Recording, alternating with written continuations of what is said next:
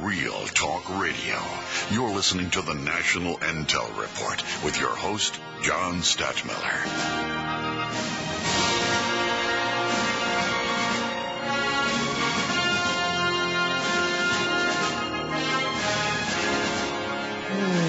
We are back.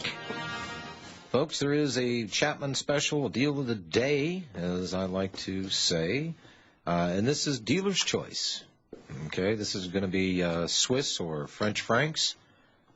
They are BUs, by the way, not trash that's been knocked around and unrecognizable. Pre-1933, okay, all of these coins, and $2.10 a piece, and they are rated at all of them. Doesn't matter if it's a guilder, it doesn't matter if it's a Swiss or French franc, it doesn't matter what it is. They're all .1867. And these are going for $2.10 a piece, 20 or more. Well, for 20 of them, it'd be $4,200, and that is shipping included. Delivery time on these 4 to 6 weeks, folks. That is the new industry standard. Okay, that is what everybody is doing. You're not going to get this any quicker from anybody else. We make these deals with the brokerage houses, and they've got to pay for the gold up front before it's even shipped. Everybody used to trust everybody before, but now it's, well... There's no trust. There's no trust left out there. That's a problem. I mean, that's your basic problem. I mean, you want to boil it down to its simplest form. Complete lack of trust. Banks don't trust other banks. Brokerage firms don't trust other brokerage firms. Yeah. Nobody trusts the government. So...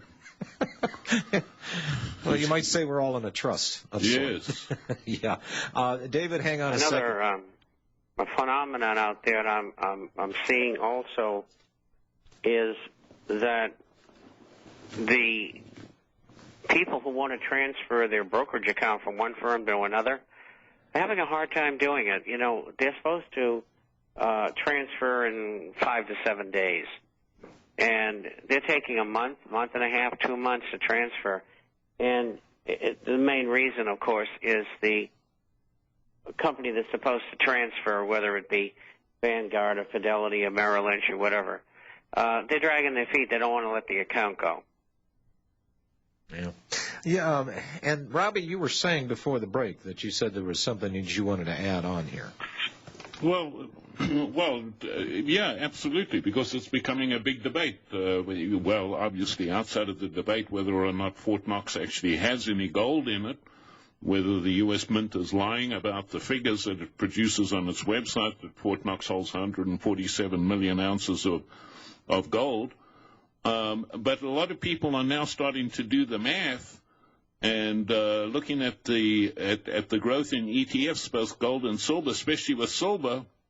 There are a lot of people coming to the conclusion that the warehouses don't have the capacity to hold the amount of silver that these ETFs say that they're holding. So the question is, are these ETFs just merely holding paper as opposed to what they say they have and the physical gold? Because a lot of the numbers don't match up, because where are they buying all this gold? First of all, gold production, silver production is way down from a year ago, and it's been in a steady decline for a long time. So these are legitimate questions. Once again, gold in the hand is worth 2 in an ETF, that's for sure. Well, I won't recommend them for that very reason, and I haven't since they were created. And because our government and Wall Street and banking couldn't tell the truth if it jumped up and hit them in the face, we don't know what they're doing. We can't trust any of them. And in this case, in the contracts for silver, it says they can buy derivatives, futures. And so my guess is a goodly percentage of the silver they're supposed to be holding is in futures contracts. As far as the gold is concerned, and incidentally, I believe both entities, SLV and GLD, are loaning gold and silver to the government, particularly gold, in order to manipulate the markets. And in the case of GLD, is it Hong Kong Shanghai Bank is a repository for them, and you can't have the gold in their vault subjected to an outside audit. You have to take their word for it. So we really don't know what they've got. Yeah, they may say they have X. Right now, the GLD in New York is 1,058 tons. But who knows? Well, and I brought up the same point, Robbie, that you did. Where are they getting this gold from? You got to be kidding me. Well, maybe it explains why gold miners did so well this month. Obviously helping lift the Dow to its best March since 2002, but nobody wants to talk about that. Well, incidentally, for the quarter, the gold and silver shares were up 16%. Technology stocks were up 4%, and everything else got blasted. The brokers and the banks were down 35 to 43%. It was a bloodbath in spite of a 1,200-point Dow gain, which is somewhat smaller now. And you can see the government in the market trying to hold this Dow Jones and S&P and NASDAQ up until all hell breaks loose at the G20, which is now only 2 days away. And then they're going to have to step back because they can't hold it up. And the market is coming down. It's going to retest 6,600. And gold is going to go up along with silver. And, you know, those stocks are telling you that. They've been telling you that for the last 2 weeks. We don't want to go down. We want to go up because we think that's the path of gold and silver. Coeur d'Alene Mines stuck its head over $1 today, Bob. I know. I know, and I it just came from 85 cents. Yes. And one of the recommendations I just made went from $6 to $8. By the way, David in South Carolina, you've been hanging, and we didn't finish your call. Oh, sorry, David. Sorry, David. That's okay, gentlemen. I enjoy listening to you guys. Well, thank you. Well, actually, don't accept paper promises, of course, as a very good lesson. But, no, what I meant was not class warfare, which has obviously been going on in the United States for quite a long time, but actual civil war. And if that happens, what form would it take, do you think? And I'll tell you what, I'll take my answer off the air. You guys have a good day. Thank you. Well, I think that unemployment, starvation, no vehicles, no jobs, no home is going to force people to do things they wouldn't normally do. The military will side with the public, and the illuminists think they can control law enforcement in the military, and they can't. The military just isn't going to do it. I've talked to too many people within that structure, and they're going to work with the people. So I think the illuminists are in for a big surprise.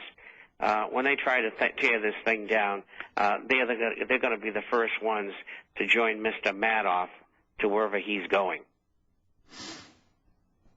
Doug in Texas, you're up next. Hello, Doug. Good afternoon, gentlemen. You've touched on so many subjects. I guess my first question or comment is the ETFs, being a poor guy on the street, I thought they were interesting when they came about, but now, and I haven't heard y'all speak about this particularly, but when the ETFs came about, to me now it seems like a mechanism to keep the prices down. Well, I mean, you may be right, but I don't know how they're doing that. Do you, Rob? Well, I mean, a gold and silver ETF is more of a convenience thing for a lot of people than anything else, Bob, and obviously, and this is just my personal feeling, the increase in activity in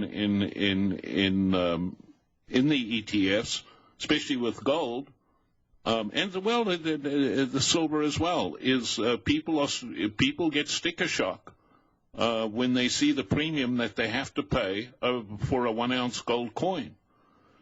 And so they think that somehow they can circumvent that by just simply buying the ETF and not having to deal with the premium. As far as the short-term trading vehicle is concerned, I suppose it is attractive, especially if you have absolutely no intention of ever taking delivery and just using it. But there's a whole bunch of other vehicles you could use for the same purpose. And it seems like it's absolutely smoke and mirrors, because it is a falsehood insofar as there is this warehouse with gold or silver in it. And so it creates this illusion that there is a physical holding of this, when, for all practical purposes, I don't think it exists